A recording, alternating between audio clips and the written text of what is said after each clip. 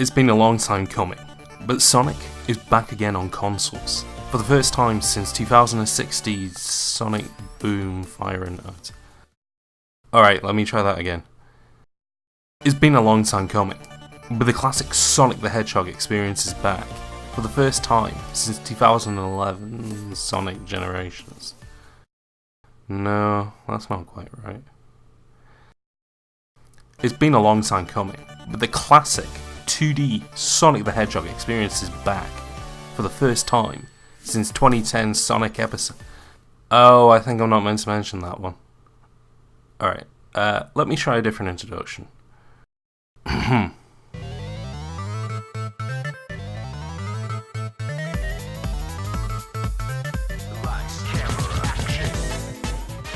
Like almost all video game mascots, Sonic has always evolved with the times. Since the release of Sonic & Knuckles in 1994, the blue blur has made its jump to the third dimension. There's been the introduction of new characters with new gameplay design, a focus on tweaking Sonic's super speed in an open space, a move to more abstracted level designs, parkour to retain constant motion, and the inclusion of both melee and puzzle solving mechanics. This isn't to include dabbling with motion controls, supplemental combat encounters, and earnest attempts at recreating the physics and feel of the original games in 3D. It's not my place to say what has and hasn't worked for Sonic over the years, as, depending on who you ask, everyone has a different opinion on what a Sonic game should play like. But the general consensus has always been that every game never quite meets the mark. And in these cases, both the underlying mechanics and new gimmicks remain somewhat half-baked and in need of polish. You may get a feeling now that this early section of the video is going to be an opportunity for me to get some easy body blows on the much maligned mascot. But here's the thing, I quite like Sonic the Hedgehog, or at least the potential of the character. For a start, I think his design is great, including his presentation. The sleek and athletic build of the 3D Sonic has always been an interesting counterpoint to Nintendo's Super Mario. A simple design that has barely changed since its inception. Both these characters are iconic, due in part to their silhouettes, colour palettes and personalities, to the point that you could draw them both from memory. In regards to mechanics, while Mario's gameplay has always put the fun of jumping at the focus of its design, through abstract environments built for his abilities, Sonic's games have all been designed to facilitate a single factor: cool.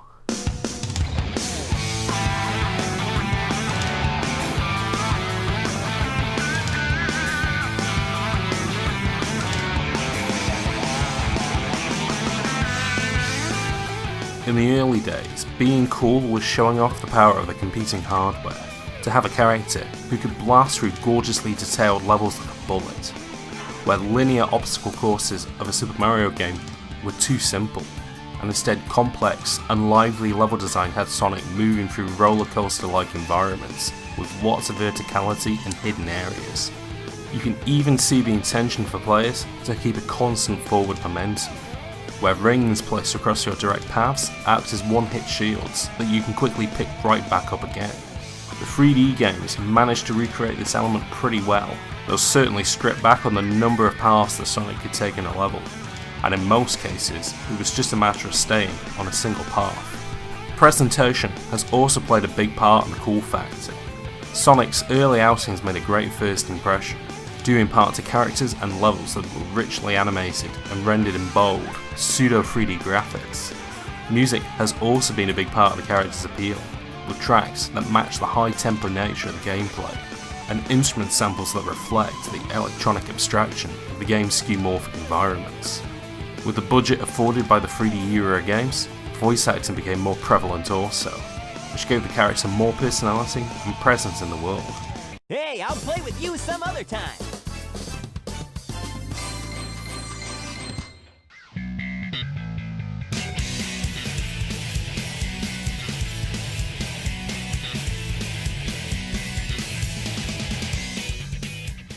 The two types of Sonic also put a focus on set-piece events, usually scripted, but more often than not, slight changes to levels or gameplay that gives these titles some extra flavour. Where these games mostly falter in my opinion, though I won't dwell on this too heavily, is when this factor falls through. The early games are bereft with obstacles and enemies that stop you dead in your tracks, and the confusing level design, not to mention clunky platforming challenges, bring the games to an awkward halt. The 3D games have their share of this problem too.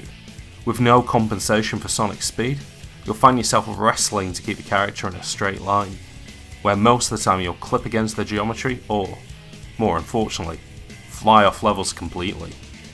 With issues so obvious, the question is why don't the developers implement solutions to counteract them?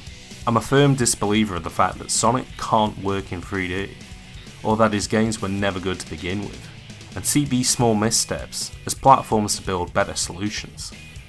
In the case of Sonic slipping off levels, I can see the mobile game, Sonic Dash, and its inclusion of lot lanes that Sonic adheres to as a potential solution, and you can see elements of this in newer games' rail grinding and bumper sections. Moving too quickly into enemies? Mapping an accelerator function to control the character's speed, or at least better signalling obstacles incoming, would do a lot to alleviate these issues. Of course, these are only fixes to core problems, and don't take into account any other additions in single titles. But that's the problem. Since Sonic & Knuckles in 1994, the character has never just been one thing. Whenever these issues crop up, the designers return to the drawing board to experiment with another style of gameplay to hopefully fix these problems. Since Unleashed, the template for 3D Sonic gameplay has at least been somewhat established, though this was before the total overhaul of Sonic Boom. Either it's the attempts of making Sonic appeal to everyone, but listening too much to feedback and not focusing on any one thing that lies at the root of this issue. Personally, Sonic needs to be a bed of experimentation. You can see a vein of consistent gameplay through all these titles, which, as stated, does need some tweaking and tidying up, but level and gimmick ideas should be played with from game to game. However, for Sonic Mania, Sega have decided to take on one piece of fan feedback so wholeheartedly that it informed the creation of this new game, to sweep nearly 20 years of innovation under the rug and turn the clock back to 1994. As someone without any affinity for these original titles, due to being only 3 at the time of Sonic & Knuckles' release, I have a feeling that this game is designed for fans of the Mega Drive games only. From its all-star team of developers picked from the modern community, some who had already cut their teeth on officially porting and recreating these classic Sonic games, to the intention of its promotional material, is fully animated videos made in the style of Sonic CD and created by longtime fans of the series, not to mention its connections with high-profile content creators that live and breathe the Sonic brand. Wow. The entire game feels like a fan's armchair manager pitch come to life. Feedback so far has been immensely positive, especially amongst those who've wanted to see the series return to this golden age of design. And it's not hard to imagine that Sega would look to recreate the success of Sonic Mania in future, with the same team and elements in play. So, I bought myself a copy on I went out, bought myself a fancy new capture card, and a copy on the Switch. If this is going to be the new standard set for Sonic games, then I suppose I'd best give my thoughts on the title, and whether, without nostalgia for these original games, as well as very little recollection on their controls and gameplay, but an optimistic outlook on the franchise in general, the game manages to convince me on its take on what the future of Sonic should look like. I'm GAMESD, and this is a field report for Sonic Mania.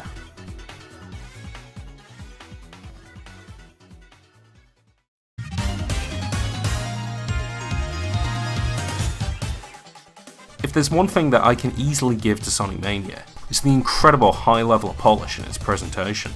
You can see that the team's intention with the title was to take the 16-bit aesthetic of the originals and rework them for double the processing power. As a result, the game is a Sega Saturn Sonic game, not a recreation of what one could look like, with any flaws in its facsimile, but a genuine product of its time, where special effects and 3D elements are wholeheartedly used to anachronistically date this game to the threshold period of 2D into 3D games. Music also does a commendable job of being exactly of this time frame. where the sound is fuller and more polyphonic than the Mega Drive could achieve. Characters are more rendered, with more frames of animation and even sprite rotation effects added to give them extra detail, and returning levels also see this extra rendering applied, especially in regards to additional planes of movement. So far, so good, though all these points directly refer to elements present from the original Sonic games, and in the case of levels, some even return from these previous games with minor tweaks. What new elements are added don't clash with the rest of the game.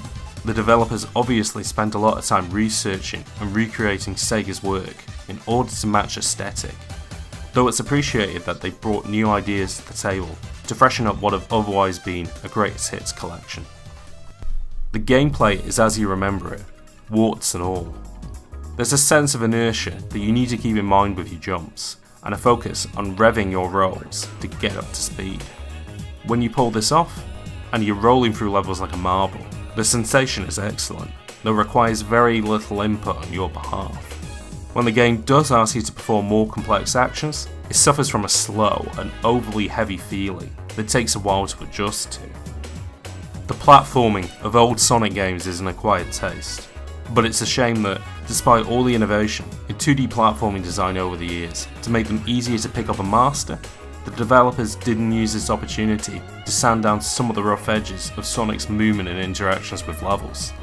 Though, that might be the problem. If you're so invested in the franchise that these don't look like problems, then changes won't be made, and you lose accommodation for new players. I can understand making a luxury product that appeals to the hardcore, but it would have been appreciated if there were some solutions in place to lower the skill barrier for new players of the franchise, especially if it's to compete with other platforming games on the system and in the year going forward. The worst thing that games can do, in my opinion, is stagnate, and I hope that other developers don't take to heart exhuming old and antiquated gameplay design to appeal to hardcore fans. Just like the third game in the series, you have 3 of the series' most popular characters to choose from: Sonic, Tails, and Knuckles, and an option to play as Sonic and Tails together. Both can perform Sonic's moveset, but also come with their own additions to the formula, to the point that I often wonder why it's worth choosing the main protagonist at all, other than his name being on the box. Tails' ability to fly for a few seconds, and Knuckles' ability to scale walls and glide, both take the trickiness out of jumping and platforming challenges. To compensate, Sonic is given a new ability in the form of a drop dash, where at any time you're in the air, you can hold the jump button to start revving again, to instantly peel out once you hit the floor. Though, with the game's tricky obstacles across linear paths, it certainly doesn't make the game as easy as Tails or Knuckles' gameplay. Though, I do appreciate that the game subtly reflects your chosen character, with modifications to the level, as well as new transitions and boss types better fitting with their strengths. It just goes to show how much thought the developers have put into their inclusion in the game. The game has a lot of options available, from multiplayer, extra modes, and returning bonus levels, including a new take on gem collection that feels wholly original. These small parts of the game in particular I ended up liking quite a lot, just as it showed what the developers could come up with when not totally beholden to Sonic's original design, and instead use that as a jumping off point to come up with new gameplay ideas. This was especially true of boss fights in the game, that were both inventive and felt suited to the game. The team is incredibly talented, especially in how they managed to recreate the original Sonic's gameplay, but when you see them apply their ability in fresh ways, you suddenly get a whole new appreciation for it. Overall, my impression of Sonic Mania is positive, though, as I worried, I feel like it's a game that's improved more by your nostalgia for the original Mega Drive Sonic games. Going in somewhat blind, but aware of Sonic's portfolio of games, I certainly got fun out of it, but found a lot of its archaic design a pain to deal with, and it did wear down on my general enjoyment of the title. It was fun seeing how levels were repurposed, seeing special effects recreated to emulate old hardware limitations, as well as the updated look of Sonic & Company sprites. But it was in these new levels, these new bonus objectives, and listening to new music tracks that the game struck a chord with me, due to their willingness to use the limitations of old Sonic design as a jumping off point for brand new ideas.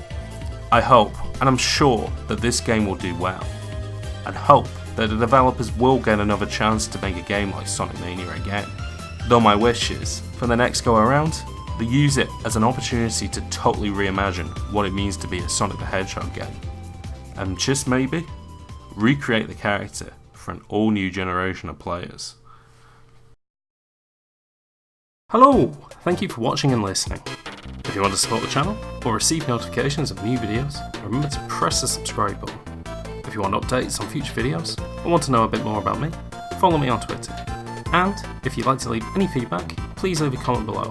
I try and respond to anything you post. And that's all for now. Talk to you soon.